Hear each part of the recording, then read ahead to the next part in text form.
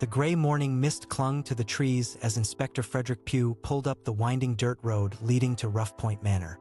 The austere stone facade loomed out of the fog, its Gothic spires piercing the clouded sky. Despite the early hour, the household was already astir, no doubt roused by the shocking events of the night before. Inspector Pugh stepped out of the motorcar, his sensible brown Oxfords crunching on the gravel drive. He was met at the imposing oak front door by Farley, the butler, who ushered him inside with a grave expression. "A terrible business, Inspector," Farley intoned as he took the policeman's coat and hat. "Just terrible. The young miss, murdered under our very roof. I shudder to think of it." "Yes, it's a grim affair to be sure," Pugh replied. "Is Sir Eldon about? I'll need to speak with him straight away." "He's in the study, sir. I'll show you the way." Farley led Inspector Pugh down a long, carpeted hallway lined with ancestral portraits and medieval tapestries. He knocked discreetly on a heavy wooden door before opening it and announcing the detective. "Inspector Pugh here to see you, sir." Sir Eldon Terry sat rigidly behind a massive mahogany desk, his weathered face an impassive mask. He gestured for Pugh to take a seat in one of the faded velvet armchairs facing him.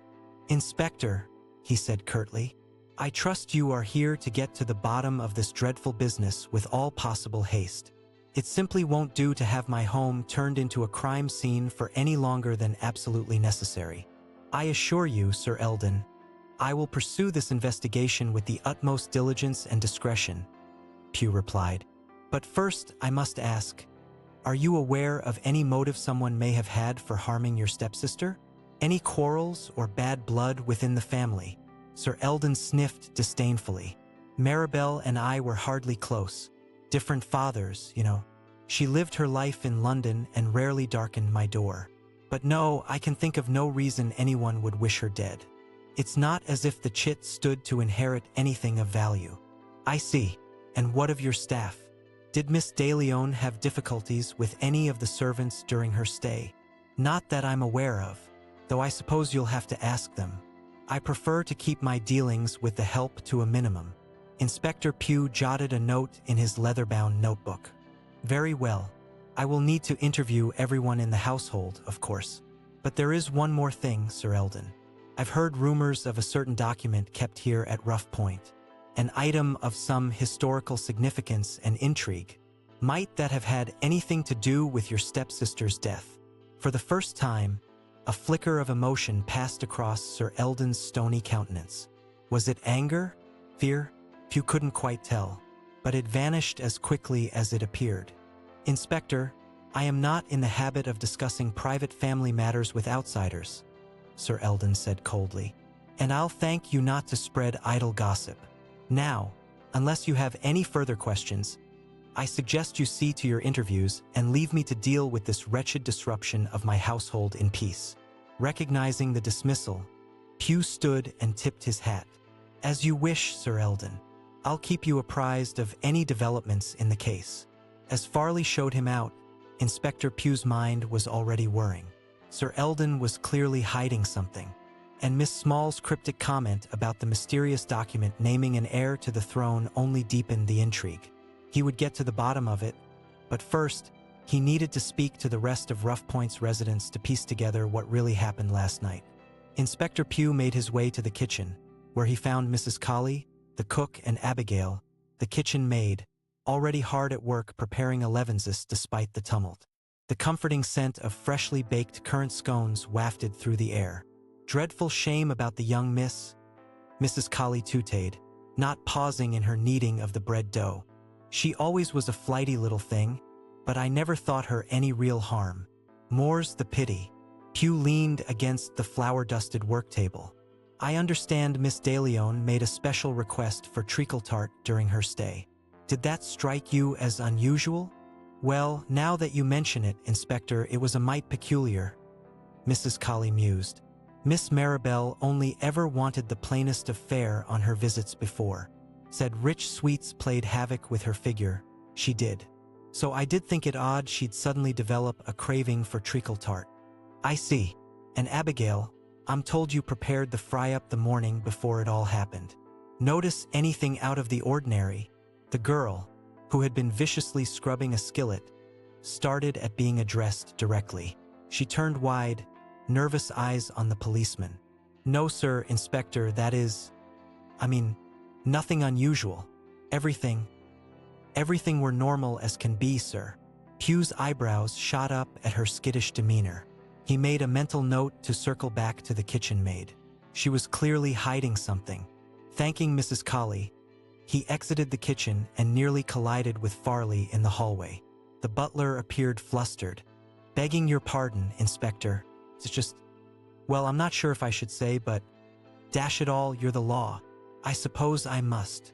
Pugh waited patiently for the man to collect himself. Butlers were often fonts of knowledge in these grand country homes, privy to all manner of family secrets. "It's the master's safe, sir. Behind the painting in the study. I've reason to believe. That is to say, I fear the document kept inside may be... missing." "Missing?" But Sir Eldon never mentioned dash. Farley lowered his voice to a near whisper. "He wouldn't, would he? Not if he suspected someone under this very roof was responsible. But I know he checked that safe first thing after the body was found, as is his wont. And I saw his face when he closed it again. White as a sheet he was. I think the precious paper is gone." Inspector Pugh inhaled deeply through his nose. The stakes of this case had just gotten significantly higher. "Thank you for telling me, Farley. I will look into it.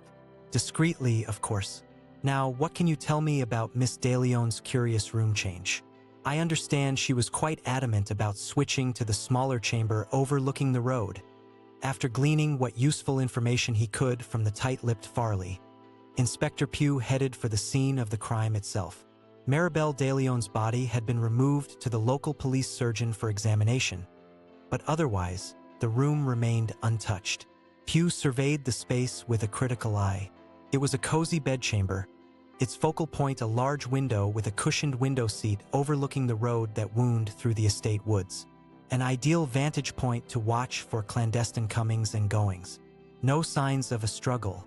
The attack had clearly taken Maribel by surprise. Pugh crouched down to examine the plush rug where she had fallen.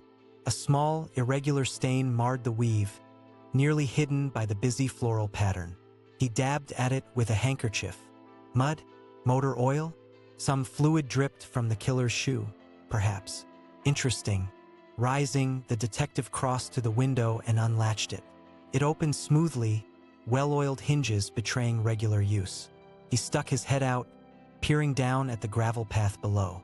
A faint but unmistakable set of footprints led away into the dense foliage. A man's shoes, largish feet. Pugh pulled out his notebook and jotted, "Cyril Watkins, the neighboring farmer's son, recently moved to London for work. Involved with Abigail the maid?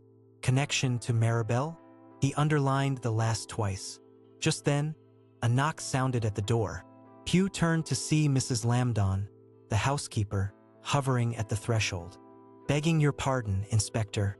I wondered if you had a moment? Only I've just recalled something that might be germane, as they say." "Of course, Mrs. Lambdon. Please come in." Any detail, however small, could be vital to the investigation. The housekeeper twisted her hands in her crisp white apron, clearly ill at ease. "It's only the other morning, the day before it happened, I saw Miss Maribel speaking with the kitchen girl, Abigail, in the hall outside the morning room. Quite intense, like it was. I couldn't hear what they were saying, but it looked to be a heated exchange. Almost a row." Pugh's pencil scratched across the pages. "A row, you say? Very interesting indeed. And quite out of character for two young ladies." "Oh yes, Inspector. Miss Maribel barely acknowledged the staff most times, leastwise to argue. And Abigail, well, she's always been a quiet, steady sort. Not one for dramatics." "Thank you, Mrs. Lambdon. You've been most helpful. I wonder, the mud stain here on the rug. Did any of your girls have a dickens of a time getting it out? I'd quite like to know what made the mark." The housekeeper bent to squint at the spot Pugh indicated. Her brow furrowed. "Why, I haven't the foggiest, Inspector. None of the maids have even turned out this room yet, what with... well, Perhaps Abigail might know? She's often tasked with tidying the guest quarters. I will be sure to ask her. As Mrs. Lambdon withdrew, Inspector Pugh gazed thoughtfully out the open window, eyes tracking the incriminating footprints. The field of suspects was narrowing, but he still needed that crucial piece of information to make it all fall into place. Inspector Pugh found Abigail in the kitchen gardens, vigorously pulling weeds with a fervor that suggested more than an aversion to dandelions. Her apron and hands were smeared with dirt. She avoided his gaze as he approached. "Abigail," Pugh said gently, "I think it's time you and I had an honest conversation, for Miss Maribel's sake." At the mention of the dead woman's name, Abigail flinched visibly.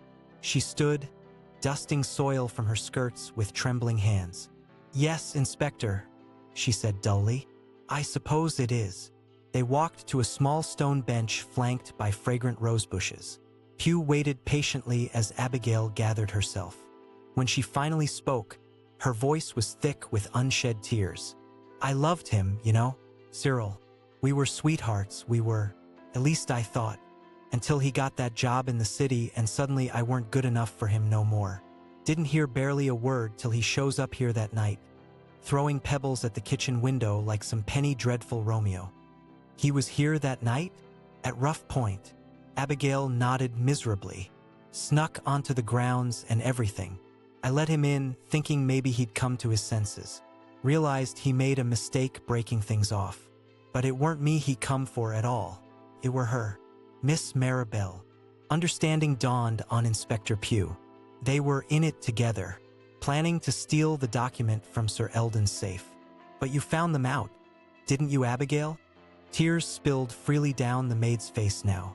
"I didn't mean for anyone to get hurt. I swear it. I only wanted to stop them doing something foolish. But she laughed in my face, said Cyril never really cared two figs for a dull little mouse like me, that they were going to take the paper and sell it and live like royalty. I just lost my head." Pugh produced a clean handkerchief and handed it to the weeping girl. "You confronted her in her room. She tried to call for help, but the knife, it all happened so fast. I took the paper off her and lit out. Nearly ran straight into the butler in me haste. Got mud all over the rug." "So you have the document now?" Abigail reached into her apron pocket with a shaking hand.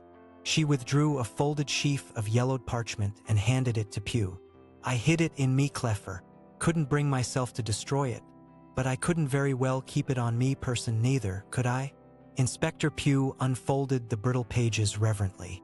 Faded ink met his eyes, lines of spidery script laying out a history that could topple dynasties. He breathed out a low whistle. "You did the right thing, Abigail," he said, tucking the priceless papers into his coat. "This is a matter for the crown now, but I'm afraid I'll have to take you down to the station first." The maid met his gaze then, her eyes filled with a weary resignation. "I understand, Inspector. I'll come quiet, though I don't expect no one will miss a dull little mouse like me." Hours later, Inspector Pugh once again found himself in Miss Georgina Small's snug cottage parlor, a cup of strong, sweet tea in hand. The precious document, which had caused so much tragedy, lay on the lace-covered table between them. Miss Small perused it intently, her sharp eyes tracking back and forth behind her spectacles. "Remarkable," she murmured, "the sheer historical weight of it. And yet, one can't help but wonder, is a mere accident of birth, centuries past, any true basis for a claim to power?" "A dangerous question, Miss Small," Pugh replied, sipping his tea. "One I think is best left to those above our station. But I must say, I don't know how I would have pieced it all together without your insights. How did you know it was Abigail who killed Miss Deleon?" The elderly sleuth smiled enigmatically. Abigail was the key that unlocked the whole sordid affair. A young woman, spurned by her lover, watching him rekindle an attachment to another under her very nose. The treacle tart was a clever ruse on Miss Deleon's part, a bribe, to ensure the maid's cooperation and access to the kitchens. But it backfired rather spectacularly, as we now know. Pugh nodded thoughtfully. It wasn't the change of room or the secret signals that really mattered in the end. It all came down to wounded feminine pride. Quite operatic, really. All the world's a stage, Inspector, Miss Small said with a twinkle. And we each have our roles to play. But I think it's time we relinquished the spotlight on this particular drama. What do you say to a reading of my latest manuscript? I believe I've landed on the perfect title, The Affair of the Purloined Pedigree. The inspector chuckled and settled back in his chair. I would like nothing better, Miss Small. Nothing better indeed.